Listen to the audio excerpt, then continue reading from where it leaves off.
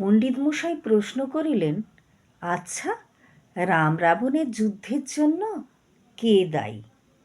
কেহ বলিল শূর্পণখা, কেহ বলিল মন্থরা, ফটিক বলিল হনুমানের অলসতা।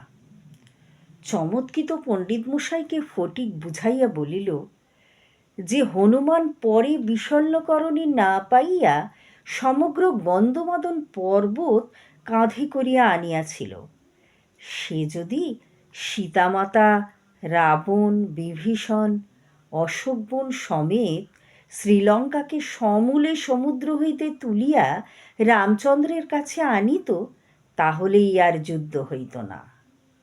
ইহা অলসতা ব্যতীত অন্য কিছু হইতেই পারে না। পণ্ডিত মশাই হেডমাস্টারমশাইয়ের নিকট 7 দিন ছুটির আবেদন করিয়াছেন।